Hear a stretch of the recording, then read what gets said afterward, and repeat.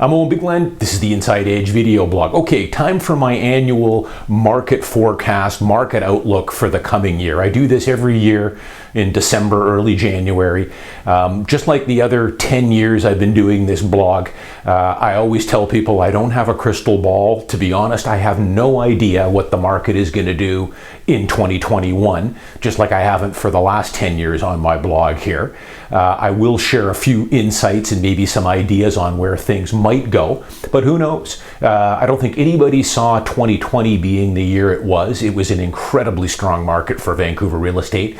Another record-breaking year for me. Usually I'm in Hawaii at this time and I kind of review my numbers, but this was another record-breaking year for me, both in dollar volume, number of homes sold, both detached and condos.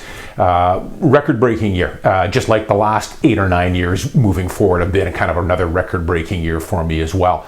So I don't think anyone saw that coming back in March or April of this year, but here we are. Now, there are some predictions coming out now that we're getting into the end of the year. Most of them are quite positive. Most of the people I follow, at least the good ones that you want to pay attention to, I'm not talking about these basement amateur guys on YouTube that have no transparency, no track record, these doom and gloomers. Ignore them at all costs. I'm talking about the ones that are legit. These are brokerage owners, presidents of real estate companies, economists, that kind of thing. Most of them are predicting for Vancouver for 2021 to be a pretty strong year. Phil Soper, the president of Royal LePage, just came out with their 2021 prediction. This is a guy that I like to pay attention to. Phil Soper, been in the business many, many decades, knows what he's talking about. He's got thousands of realtors working under him. He is privy to, I don't know, probably 10,000 deals or more in the Royal LePage network, knows where the money's coming from, who's buying what the inventory is. So he's a guy that I would probably pay attention to. His prediction, which came out this week, he's calling for Vancouver real estate to go up about 9% in 2021 for detached. For condos, I think they're predicting about 3.5%. And I could very well see that happen. I could see the detached market go up another 10, maybe even 15% in 2021. I could see the condo market, now that is fairly broad-based, as you guys know, the two worlds of condos. I could see the high-quality stuff in areas like downtown Vancouver, Kitsilano, Mount Pleasant, Olympic Village, easily up 5, 6, 7%. But at the same time, in 2021, we are still under the COVID lockdown. We're headed probably into a recession. We're running up massive debts. People are still out of work. I don't know, the vaccines are here. Maybe there's a setback with the vaccines. It could go the other way. I could easily see the Vancouver market drop 10% in 2021. It's a coin toss. But let me share a couple of things with you here that's been in the news. As we all know, the detached market has been incredibly strong in 2020 here. The flight out to the suburbs, the work from home. I kind of laugh because a lot of people, and I've talked about it in my blog here, how everyone is going to buy, in the news that everyone is going to buy a detached house, and that's simply not going to be the case. I mean, you need a spare $1.6, $1.7 million to buy in the east side of Vancouver. You need a spare 2.5 for the west side. Even in areas like Richmond or Delta, you're going to have to pony up about 1.3, 1.4 to get into a starter detached house. So condos, don't count them out, and it's been an interesting rotation here. I had a Zoom conference with some of my fellow realtors last month, and we were talking about 2020 and the incredible surge that we've seen in detached homes. And it's really a rotation, because keep in mind, a lot of people have short memory spans, but I'll give you some real life examples here about how strong this detached market is and what an incredible rotation it's been. So back in 2016, you can go back into my archives and watch my blogs from the summer of 2016 through into 2017 and 2018. In August of 2016, they introduced the empty homes tax. And that had a pretty big immediate impact. It wasn't really because of the tax, it was just the sentiment, that the message that the government was sending at that time about foreign buyers. And that had a fairly immediate impact on detached homes. Starting in fall of 2016 through until 2017, 2018, the detached market was in the doldrums here. I know firsthand, I had some really fantastic detached homes back in 2017, 2018, early part of 2019 that were languishing on the market. I was going weeks without even getting a phone call. The other side of that, the condo market in 2016, 2017, 2018, even 2019 was very strong. So the detached market prices were going down in 2017, 2018, 2019, or treading water. Meanwhile, condo prices went up. So this is kind of a classic rotation. We're seeing the same thing in the stock market. Now there's all of a sudden detached homes are in favor. We've had huge price increases.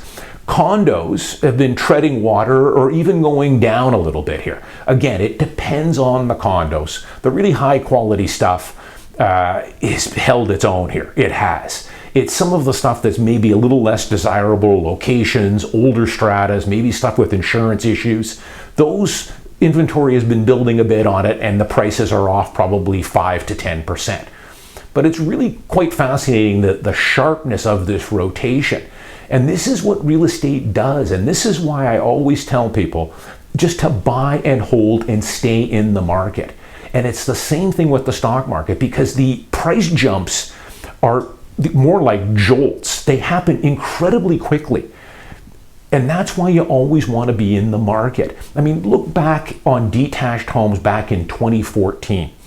2014, 2015, 2016, we had a massive jolt in prices. Matter of fact, in my neighborhood where I was living, I was in a detached house. I was seeing homes in my neighborhood going up $100,000 every 6 weeks. And that went on for over a year and a half. We're talking homes that were selling at $750,000 or $800K back in 2013 were up to $1,617 in, let's call it late 2014 or early 2015. Massive spikes. Then 2016, the fall hit, the empty homes tax. Everyone was kind of bearish on the detached market and what's the government going to do next to curb speculation and everything else. Detached homes fell out of favor. It was a tough go there. Now, of course, they're back in favor. And it's the same thing with the condo market.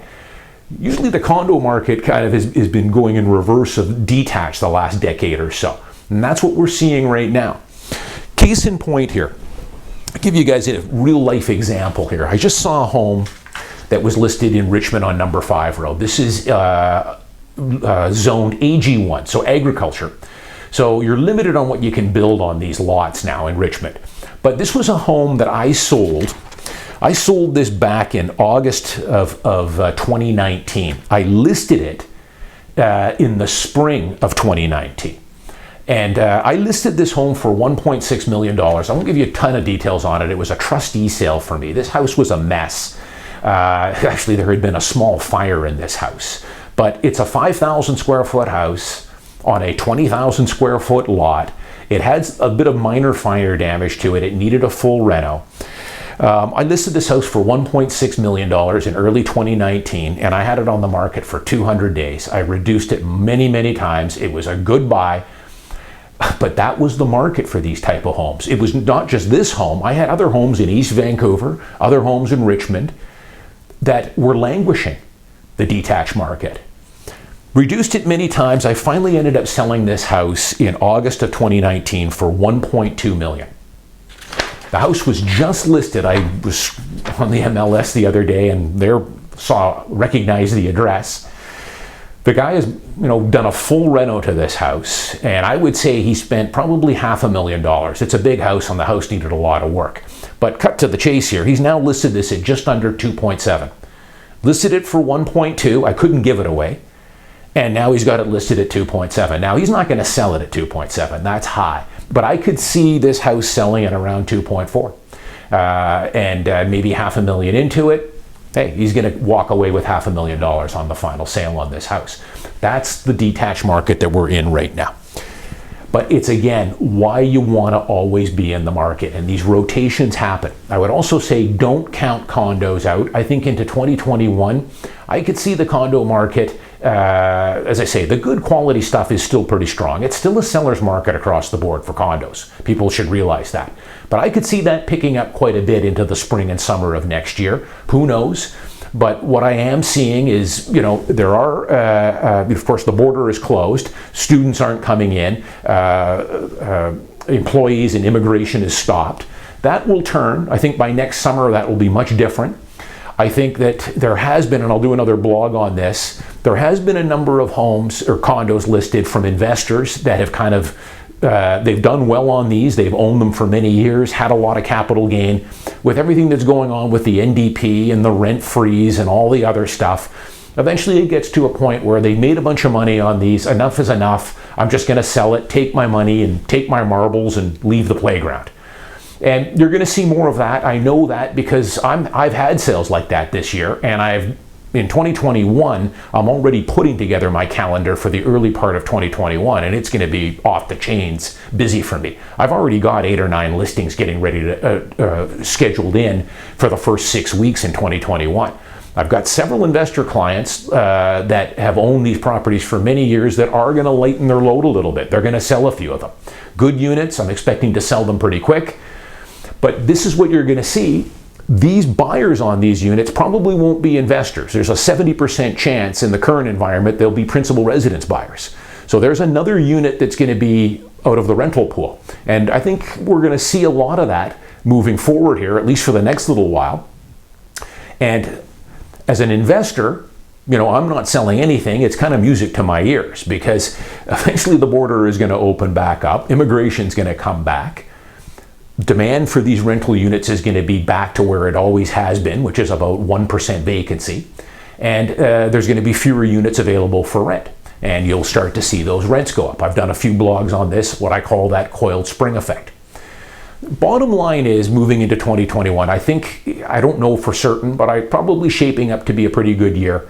I would ignore a lot of the doom and gloomers that have always been out there, because there's two situations with people. You either own your own home and you're enjoying it and you're staying there, stay the course, enjoy the home, enjoy paying down that mortgage at 1.8% interest rates. If you're looking to move up market and move into a bigger place or a detached home, I would stay the course, keep saving your money, get qualified for an additional mortgage, and try and move up the ladder if you can afford it. Or the other hand is, you're getting ready to buy a house, you're saving for your down payment. I would say stay the course, get pre-qualified for that mortgage, lock in a 1.6 or 1.7% interest rate, and buy. And then just hang on to it and enjoy the home. Ignore all the short-term predictions and doom and gloom that the market's going to crash. They've been saying that since I've been in real estate for 35 years. We'll always get corrections, but you should just ignore that if you're a long-term homeowner, which I've always pounded home here. I always tell people, I just buy and hold. It's the only advantage you have. You're not going to trade or speculate in real estate and hope to come out ahead. The commissions will kill you. The taxes will kill you. Why not just buy and hold? If it's your principal residence, you shouldn't be playing with it. Even as an investor, buy it, put a tenant in, and keep it, which I've always pounded home. But I tell people, both in the real estate market or the stock market, I've been in it for over 30 years. I have never missed a bull run. Ever. I have never missed one of these bull runs in over 30 years. Look at the bull run we've just had in real estate this year and in the stock market, which is off the chains. I've got stocks that, of course, I was buying, and I tweeted it all out there, put it all out there like I always do, back in March and April and May, that are up 100% just since April and May. But the reason I was able to capitalize on it is I hang on to what I've got, and when I've got dry powder, I buy more. The flip side of that is I've also never missed a bear market. I've never missed a downside either. I've caught that. In my book, I talk about it in 2008, 2009, where my portfolio was cut in half. I've been through many real estate bear markets. But I just stay the course, and that's what you should do too. That's why when you start to see all these predictors coming out here for what 2021 is going to do in the stock market or real estate, it should really be a little concern to you. You should do what I suggest and just get qualified, get pre-approved, lock in a cheap interest rate, and buy and hold the property. That's the best way to go. But I do think 2021, could be a pretty strong year. And I probably would err on the side of optimism as well in the stock market as well. It's setting up to be another pretty good year in the stock market. But you never know. Anything can happen in this world. It wouldn't surprise me at all if Vancouver market dropped 10% in 2021 and the stock market at this time next year is down 10%. Anything can happen, but I don't play that game. You shouldn't either. Buy your principal residence, enjoy it. Down the road, buy an investment property, put a tenant in it, keep it, let the tenant do the heavy lifting. Get your money working for you in your RRSP and your TFSA by buying good quality equities, or just index invest through low-cost ETFs and stay the course. If you want entertainment, you can listen to my blog or listen to some of these other predictors, but remember, nobody knows with any certainty. I'm Owen Bigland. As always, see you next week.